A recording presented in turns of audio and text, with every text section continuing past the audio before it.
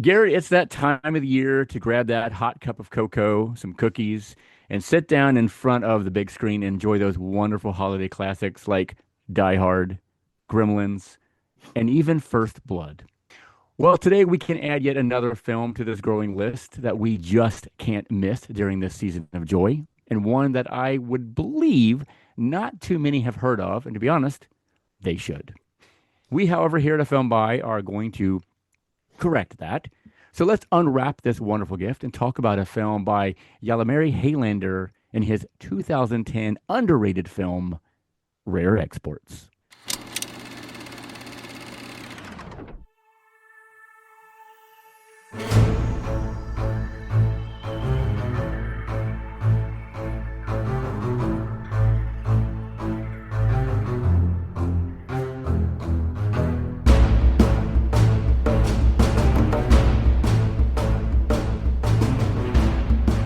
Hello and welcome back. I'm David Burns, And I'm Garrett Gibson.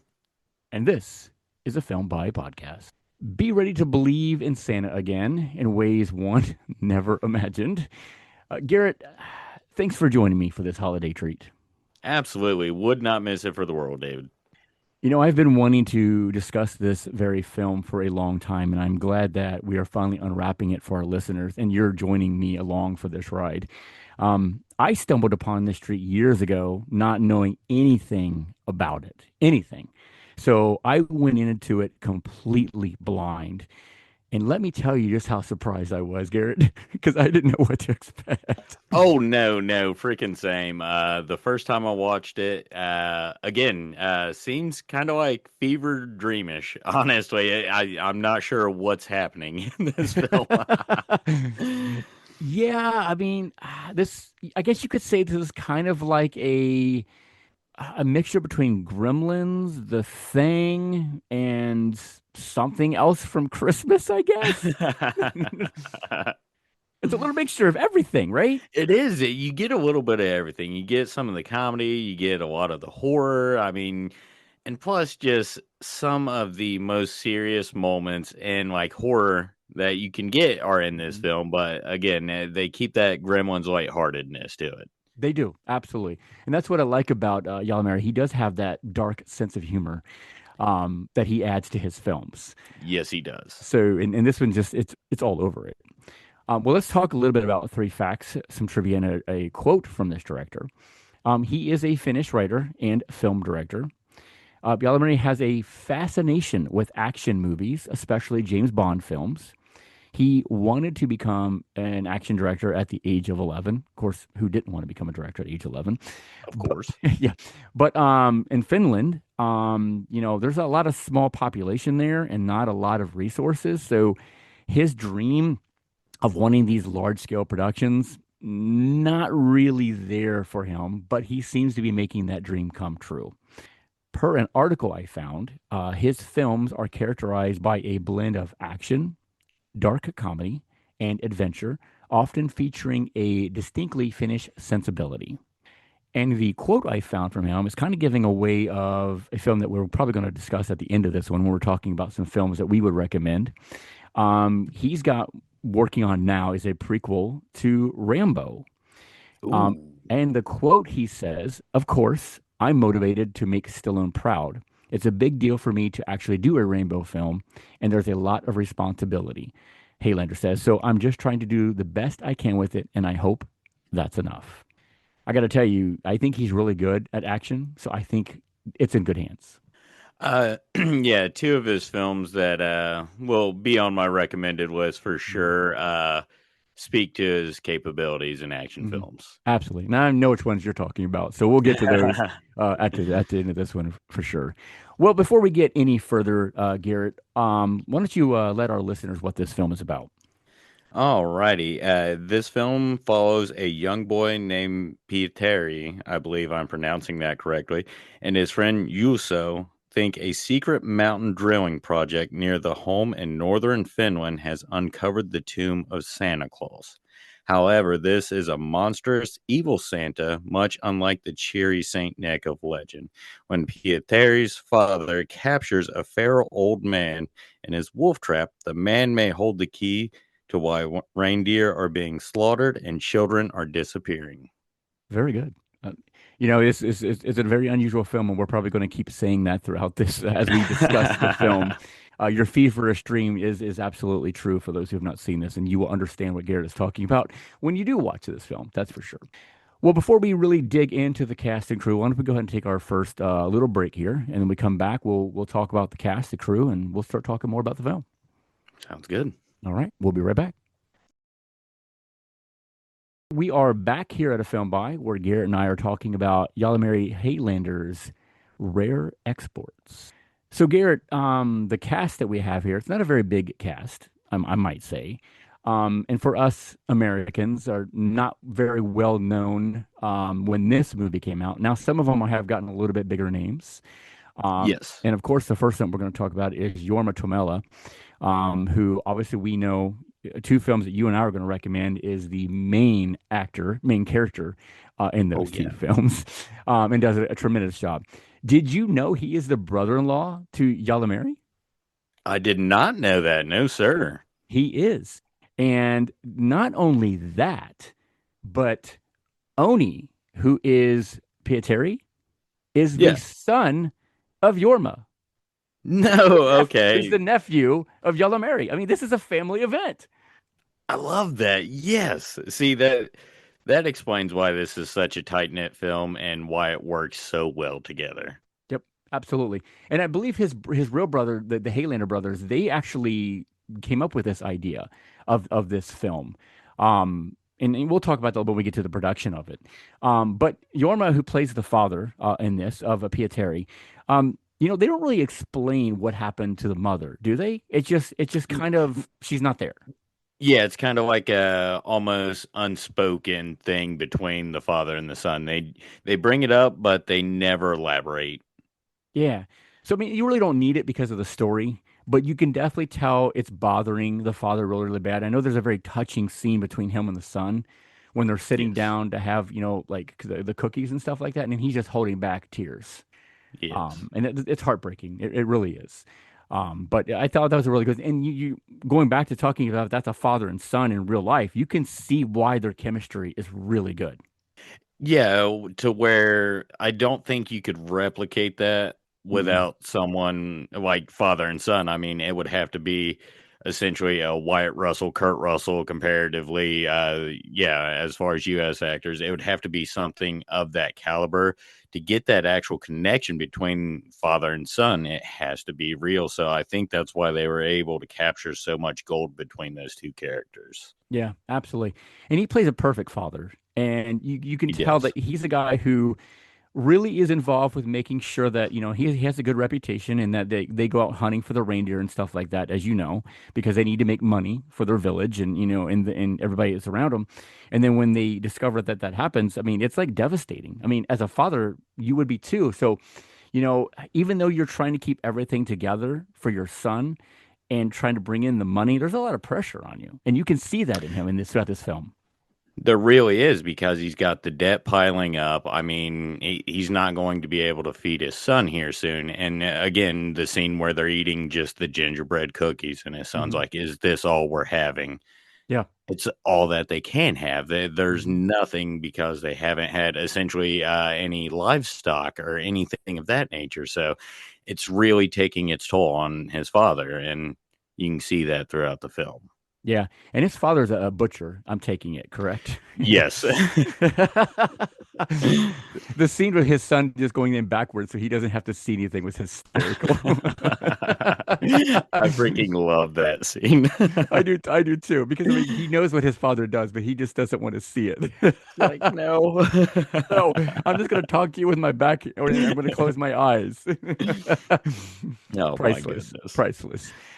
But Oni himself, who plays Pieteri, um, what I really love about his character the most is that I think he has the biggest story character arc through the whole film. Because He does.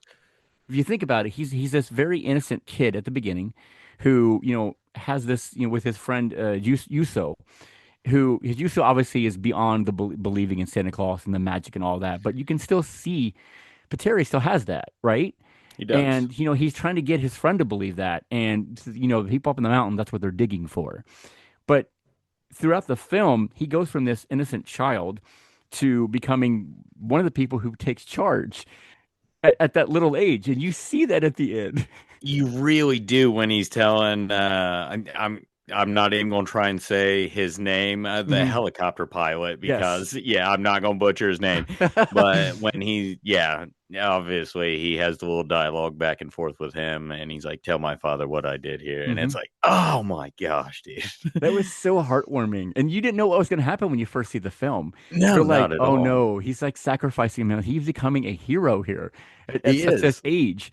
And the fact that he just like got on the cargo net and just went with them and like just took control like a hero, man. It's just so freaking amazing. I gotta tell you. Yep, yep. And don't worry, listeners, we're going to dig into more of these scenes because you're probably wondering, what are they talking about? This is crazy talk. We're going to get there, I promise you. There's a few other actors in this, but really those are the two biggest throughout this film. You got some friends of the father and stuff who kind of jump in to assist and help like that. But let's talk about some of this film's background and production. As I mentioned earlier, this film is based on the 2003 short film Rare Exports Incorporated, which Jalmari and his brother Yuso, which is kind of funny, same name, did in 2005. So they basically wanted to, it did so well that they decided to turn it into a feature film, and that's where that came from. Have you seen the short films or the short So film? I have, and I absolutely loved it. Hmm. So when originally researching this film, I kept seeing it pop up all over the place because it was years after it came out, and I finally looked it up, and I'm like, oh man, it's a short. Oh well, I'll go ahead and give it a watch. And then I watched that, and come to find out, it wasn't even the feature length film that I was looking for. But I ended up absolutely loving the short. Yeah, And honestly, that's what made me want to give his this film a shot, and it honestly did not disappoint. no, not at all. See, I did it backwards. I saw the film first, and then I went back and watched the short, where it was birthed from. Is what I Yes. did. Okay. So I kind of got. I'm kind of glad I did it that way because I feel like I got more out of the feature film, if that makes any kind of It- sense. you're absolutely right on that. I will say, if you're a fan of his work, it, I would go check out the short now Hmm. because chances are, if you've seen this film, you have not seen the short. Nope, So, not yeah, at do all. yourself a favor. Yeah, absolutely. Roger Ebert, who I know passed away little after this film came out, he did say he awarded the film 3.5 out of 4 stars and called it a rather brilliant lump of coal for your stocking and considered it an R-rated Santa Claus origin story crossed with The Thing. How funny is that? I mean, it just bonds together so well with the thing. So, I mean, it is a good Christmas film. I'm not going to lie. I mean, it teaches good things, right? It does. And I mean, there's even scenes in the movie where, all of them are like being taken and all that. And you're like, Daddy, I've been a bad boy. I need the 15 lashings. And it's Yeah. like, what? What? I mean, he's it raising a te- good yeah, kid. He he is. is. Yeah. And it's just it's heartbreaking to see some of the things he's doing because it's like you kind of realize the father doesn't recognize that his son is a good kid just because he's so caught up in things. Yeah. I mean, him missing his wife, the debt, Hmm. no livestock, no livelihood, essentially. I mean, he's losing everything, and the only thing he has is his son, but he's looking at everything else around him. So he's kind of like missing out on his son, and his son Yeah, can feel that. And I mean, it just translates so beautifully on the screen. it does. It absolutely does. Interesting enough, there is no women in this film. No, I did notice that. Yeah. That's weird. It is very weird. Yes. That doesn't happen, Garrett. No, especially when like one of the biggest plot points of the film are reindeers being slaughtered and children being taken. Right. We have all of these kids, but no mothers for No these mothers. children at all. I'm curious to why they did that. I kind of dug to find out, but I couldn't figure it out. Like, I wonder if they're like, hey, we're all friends. We're going to do this film. We'll have your son in it. We'll have our other buddy's son in it. Wait, we don't know any women. Yeah, screw it. Let's just do it. That's fine. It Exactly. does seem like that. You're right. Too funny. This is one of Kate Blanchett's favorite films. Is it really? Yeah, Okay. which is kind of funny if you think about it. But hey, I'm glad to know there's a big wig out there like Kate Blanchett who recognizes the goodness of this film. Especially a smaller film like this. I think the budget was like 1.8 million euro or something like that is Yeah. what this film cost to make. So it's a next to nothing budget. So Hmm. that's extraordinary for someone of her caliber to be like, that's one of my favorite films. Yeah. And you bring that up. This is not a Hollywood film. So they probably filmed on location for everything. Oh, absolutely. Yeah. So think about that. I mean, that's cold. That's in the snow. They're fighting the elements. The actors are, the equipment is. And I mean, and some of the shots are even at night. I mean, that's cold, man. You would have to think it's below 30 in some of those shots, especially the wind blowing in that like mountain crevice that they're all running up to the reindeer Hmm. cage and everything. So, I mean, a lot of the actors of Santa's little helpers, my gosh, those guys had to have been freezing. Yeah. Talk about shrinkage, right? No doubt about that. Well, one of the things I do want to I always throw out the cinematographer in films because they work their ass off in these movies. Yes. They're the ones who are responsible for the lighting. They're the ones responsible to make sure the camera is focused correctly and it's set for the lighting correctly. So I always want to throw a shout out to them because I'm a photographer myself. So I know how difficult that job can be and to make sure it all matches and looks good. So I want to call out Mike Orsama, who is the cinematographer for this. He's actually done. Do you remember the movie Iron Sky in I 2012? do. Yeah. Yeah, he was a cinematographer on that. I'm going to throw this out there because my buddy Wayne is a big Doctor Who fan. He's actually done 2 episodes recently of Doctor Who, Okay. Joy to the World and Wish World. So both of them were very recent episodes. Have you seen the movie called There's Something in the Barn? I don't think I've seen that one. No, Came out a sir. couple years ago. Go check that one out. I don't want to ruin it for you because it is similar to Rare Exports. Okay. Okay. So go check that one out, listeners. You too, when you get done with Rare Exports, go check that one out. Well, it's not done by Jalmari, but you still will enjoy it because it's another European film that's kind of got that magic going for it. So I like it. definitely go check that one out. Well, Garrett, let's talk about this film. Any favorite scenes that you want to start off with? Honestly, the one of the scenes that jump out to me is when they get I believe his name is Amo, played by Tommy Corpella.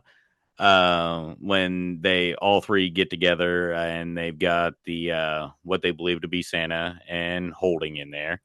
And he's doing all the translating for them. Honestly, I think Amo does an absolutely amazing job in that scene where he's doing the translation and they're like, how much should we ask? And he's like, it just turns into something that I absolutely loved. I was like, okay, this is starting to seem like it's starting to pick up. It's Hmm. like, well, they might be ransoming Santa Claus here. Like, what's happening? So, that's a great scene. Of course, the scene that we were discussing about closer to the end of the film, where the son essentially says, "Go on without me." Hmm. That's a great scene, and honestly, it would be between one of those two for me if I had to say. Go back to the scene that you're talking about where he's doing the translating and they're trying to figure out who this old guy is.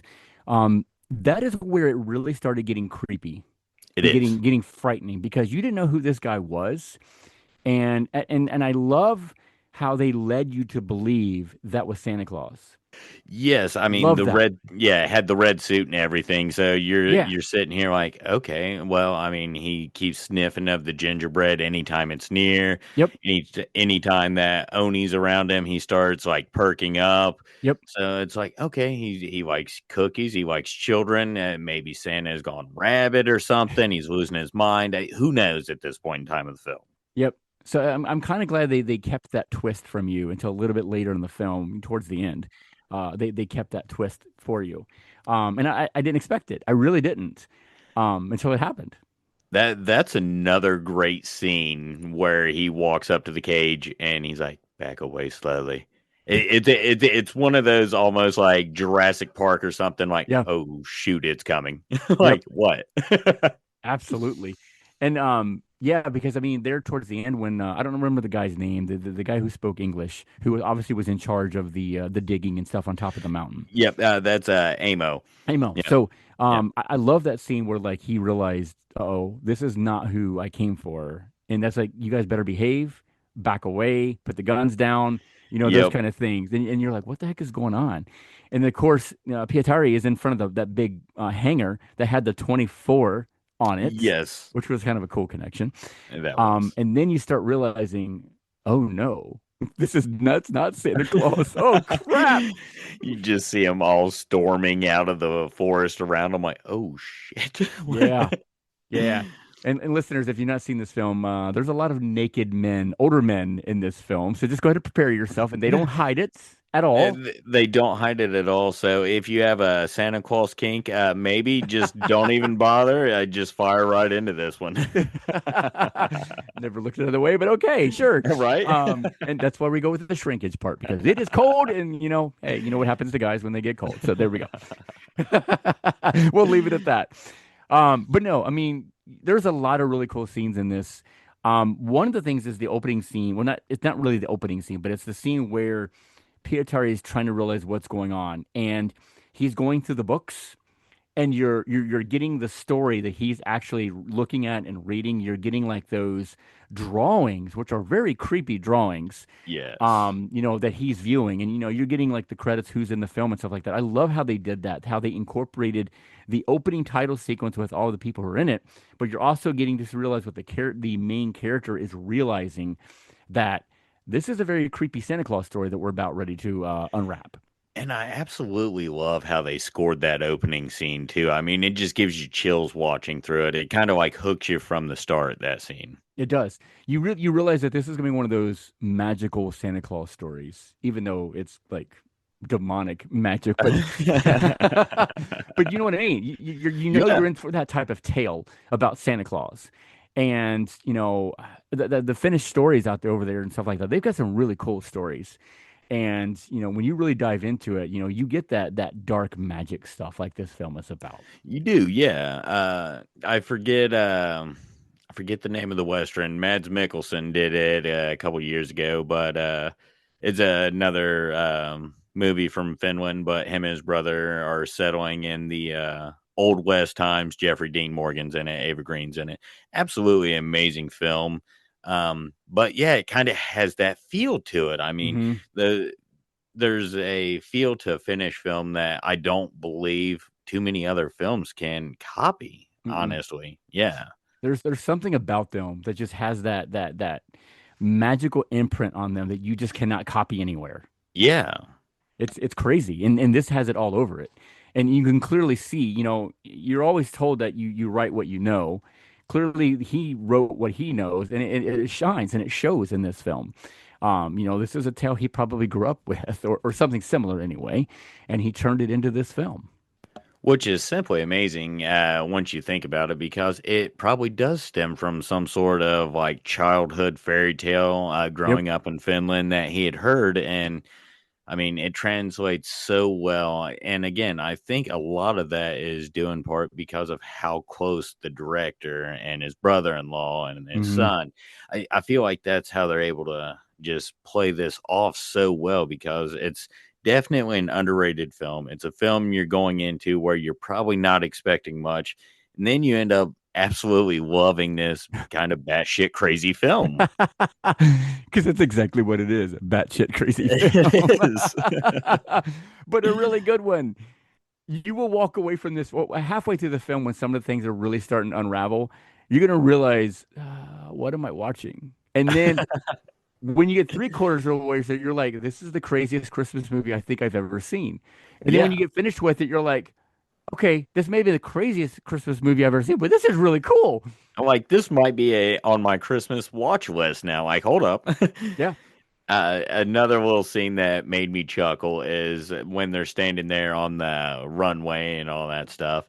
And Amo like bends down and he picks up the hairdryer and he sniffs it. He's like, "This is my wife's hairdryer." He just like puts it in the front of his pants Yeah. like it's a gun. Like, I don't get it, man. No, not at all. And you kind of forget about that too. you kind of forget. 'Cause remember the police officer said that like radiators have been missing, the hair dryer Yeah, when he misses the hair dryer. So when you get to that point, you almost kind of forget about that kind of stuff because you're you like, do. they captured the guy. Where are we going with this? And then all of a sudden, that's when it leads you into the big reveal. That guy's not Santa Claus. That's one of Santa's little helpers, Yeah. which is probably 50, I would say 50, 60-year-old men naked running through the woods with, pickaxes, things like that, whatever. Hey, yeah, whatever, right? It happens. At least in this film, it does. It does. Yes. So what do you think you is the most pivotal scene in this movie? I don't know. I'm going back and forth where, Pietari walks in, and all three older gentlemen have what they believe Santa Claus, and then he has the little back and forth with him, and he's like, "It's Santa Claus." I think either that or when he finally opens Hangar 24 and sees what's in there. I Yeah. would say between one of those two because both of those are twists to where you're like, "Holy shit." So it would come down to be between one of those, but I'd say Hangar 24 probably. Yeah. I went with the when they find the radio from the jacket and in the jacket from the Oh, guy yeah, because that's when they find out who they're dealing with, Santa. Or yeah. they that's what's going on. And then they realize at that point, hey, we have a Santa for sale, you The know? the fact that they come up with the number Right. $85,000, yeah, Well, that it's was the like, reindeer, right? They yeah, figured that's is what it the would reindeer, cost. yeah, yeah, is the reindeer, and then hey, I like how they're like, what about 50 Santas at $85,000? Yep, you are in the money now, that's for sure. Um, any other scenes you want to talk about? Again, a scene that I brought up is where Pietari's like calling around trying to talk to all the other children he was with when they went and investigated the drill site. Hmm. And he's calling all the mothers and he's realizing one by one these children have been taken. Yep. And then, he's absolutely heartbroken. He thinks that Santa Claus is coming after them because they were bad children. Hmm. So he goes into his father and he tells him, he's like, "Father, I've been bad. I deserve my 15 lashings."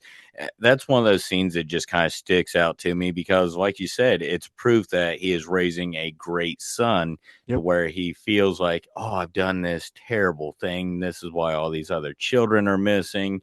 They're not taking me because I've been a bad child and all this stuff." So I feel like that's one of the heavier scenes for sure in this I film. I completely agree with you with that. And take that at one step further. The scene towards the end, after everything has settled down and Piacere has done his thing and we found out he's alive and stuff like that. When the father walks up to him and says, "You are quite a man." And Piacere goes, "So are you." That is a great scene. I'm not gonna lie. Yeah, that was very heartwarming because then you realize the father realized what kind of kid he has, you know? Yeah, exactly. Yeah, he knows he's raised a great son. Yeah. And then you got to have that heartwarming moment. Come on, it is a Christmas film, so you got to have some of Exactly. that in it, right? Yeah, you can't just leave it bleak and it's like, all right, there's the end. Yeah, no. And I think they ended up with what 198 Santa Clauses, I think they said. Yes. And And it ended up being 16 point whatever yeah, million dollars is what they were yes. looking at. Yep. So they're going to be fine. There's no doubt about that. But one of the things that I love too that they added at the end was them training them to be Santa Claus. Yes. Because when the one's holding the fake kid and he drops, he'd go for the package, and they're just like Starts ripping it reprimanding him. open. Amo walks up, grabs him by the ear. He's like, "That's not for you." It's so funny. And then like they show the father's holding Pietari and they're like being dollied down and he's just And like he's showing him like, how to like keeps handing him the gift and everything. Yeah. yes. Oh my God. I don't know if you ever could see a sequel to this film, but I mean, I would love to see something. I don't know if I want to see a sequel, but can we do something with the Easter Bunny from these same guys? Oh Some my something gosh. I would freaking love that. that Yeah. would be great. Like, okay, there's a demonic hair that's about 7 feet tall out in these woods. Hold on a second. You could go crazy with that, I You swear. really could. Yeah. And then not a true sequel to this, but I mean it still falls in the realm of Santa Claus, the Easter Bunny, those kind of things. So Why not? Sky is the limit anymore. It is, and honestly, again, with the budget they had and how well this film did for them, and then Hmm. also with everything else he's done since then, Yeah. I think people would absolutely eat up whatever he gave them, whether it was some sort of rendition of a Sam Hain Halloween kind of film, Yeah. or is yeah, an Easter Bunny film, or whatever it may be. I think he'd knock it out of the park, 10 out of 10. Yeah. Absolutely. Or if you want, and you want to do a true sequel to Rare Exports, do Mrs. Claus. Ooh, see. Well, then they'd have to add a woman into the film. No, I I think they don't. kind of need to at this point, right? You're not wrong. Come on, Jalmari, what's going on, man? You got all this hatred for women or something? What's going on? Exactly. What's Oh, happening? yeah. But no, but I think that would be kind of creepy too, a sequel about Mrs. Claus. So she's seeking revenge of what happened to her husband. Right? Yeah, just like almost a feral Mrs. Claus Yeah. whose empire has fallen because her husband was, of course, exploded. Yes. Yeah. Jalmari, listen to us, please. We'll help you write this. You can direct it. That's fine, but we'll help you write it. We got you all day. That's right, all day long. All right. Well, let's go ahead and take another break. When we come back, we will do the wrap up and we'll talk about some films that we recommend from this director. Sounds good. All right, we'll be right back. Welcome back, everybody. We're Garrett and I here at the Film Buy are talking about Rare Exports, probably one of the strangest and weirdest Christmas movies that you will probably view. If you've not seen it, I'm sure both of us will recommend that, but we'll get to that point. So let's talk about the wrap up here. Let's talk about this director. He's not done a ton. He So is not. why don't you tell me what are your top three films that you would recommend to somebody who's never heard of him? Honestly, if you have never heard of him, you're going into this blind. Of course, if you're already watching Rare Exports, I would say watch the short because it just adds to the film. But I would also recommend a couple films that we were talking about that has Jorma Tamiya in it, which Hmm. he does an absolutely amazing job in them. Sisu, I believe, is Yep. how it's pronounced. Yep. Yes. One and two, and two with Stephen Lang in it is absolutely brilliant. I love everything that's got Stephen Lang in it. He just brings so much character to those roles. But honestly, one and two are two of the best unhinged action films I've ever seen, I will say. I would agree with you. It is like it's based in World War II, and it's I would say it's John Wick on crack. You're not wrong. Yeah. Like some of the scenes where just how inventive he is killing some of these people is Yeah. even like extraordinary. Like this came from someone's mind, and that I mean, like whoa. That's another thing that when I saw Sisu advertised, I'm like, what the hell is this? And I had not put the two and two together. That's from the same director of Rare Exports at that time. So I Neither got did to the I. end of the film and I'm like, man, this is one crazy ass World War II film, but it is amazing. I'm gonna go look up and see what else this guy's directed. And then the first thing that popped, I was like, Rare oh, export. this makes sense now. Well, I love when Sisu was coming out, and like one of the biggest things they put in the trailer is the dog Mhm. doesn't die. I'm like, okay, all right, you guys have me here. As long as you promise not to kill the dog, we'll be okay. Yep, absolutely. And I did like that they brought Stephen Lang in as the villain in the Oh yeah, second one because that dude plays a great villain. He really dude, he does. does. I mean, yeah, just the start of it with Avatar, and Yep. then oh my gosh, Don't Breathe, Don't things breathe. like that. Hmm. Yeah, he was just brilliant in those Yep. films. He plays a great antagonist for Yep. sure. Absolutely. So I definitely recommend the Sisu one and two for sure. Have you seen Big Game? I've not seen Big Game, no sir. Okay, so I highly recommend it because it stars Ray Stevenson, Jim Ooh, love him. Broadbent, Samuel Jackson, and Samuel Jackson plays the president of the United States of America who has to escape Air Force One while it's in midair, and he lands in Finland, of all places, right? Okay. And has to survive, and he befriends a young boy played by Oni. No way. Okay. Yes, sir. I Yes. freaking love that. I mean, and I'm assuming it's harsh, like Finnish winter is what's happening out there when Samuel L. Jackson gets in. A kind of little bit of it, but you still have other elements too and stuff that they have to deal with. Yeah, And it's yeah, it's really cool because you get a bonding between Oni and Samuel Jackson. And Samuel Jackson, come on. yeah, He's exactly. Samuel Jackson Yeah. in everything that he does, for crying out loud. He is, and honestly, you said Ray Stevenson is the Yes. yes. I absolutely loved Ray Stevenson. I mean, Hmm. one of those actors that I think had so much range. It didn't matter if it's comedy, horror, action, whatever it was. I think he just knocked those roles out of the park every time. Absolutely. And there the twist of it is there's somebody on Air Force One who is trying to assassinate the president. So they land to go after him. They're actually, not only trying to survive the elements, but they're getting hunted down too. And Oh Samuel man. Jackson has to rely on Oni to protect him and help him get through it. So it's Wh- it's almost like Oni has grown up a little bit. So now he's become this new hero. When did this film come out? Big game. I want to say 2018, I think, Okay, 19, so 2018. Oni's probably young He's four adult at years. this point in time. Yeah, yeah. He's like no, he's 4 years older. So it would have been. So it would have been Was that 2015 15? because Okay. he's about 4 years older than he was when he played in Rare Exports because he's about 15 Okay. years old. Okay, cool. Yeah. Yeah, So I'm gonna check this out. definitely go watch that and you will love it, Garrett, because first of all, I know you love this director and you love what he does. So he brings those elements that you see in Sisu, that you see in Rare Exports, he brings it in Big Game too. Ooh, okay. And Yeah. then again with Samuel L. Jackson in it, you've already got Mhm. me. You Oh throw yeah. Ray Stevenson in it, you got me. I mean, I so yeah, this film sounds like a must watch. So It it's is. definitely on the list now. Awesome, awesome. Well, as we discussed earlier too, when I talked about the quote from him, he is working on John Rambo, a prequel to First Blood. So I'm very interested in what he's going to do with it because this is going to obviously be a more of an American film because I'm sure American studio is backing this, which I'm Of sure means he's course. going to have a big budget or bigger budget than he's used to. And you see that too in CISO though as well. He's got a bigger budget in CISO, and he's got one in Big Game too. So Um, I could imagine so, especially with being attached to something as big as Rambo. I mean, yeah, that can't go on a smaller budget by any no, means necessary. No one would let it. So, and I'm assuming since it's a prequel, we're probably going to get a lot of like Vietnam and stuff like that in the film. So I yep. could imagine there's going to be a large amount of the Sisu kind of Oh yeah.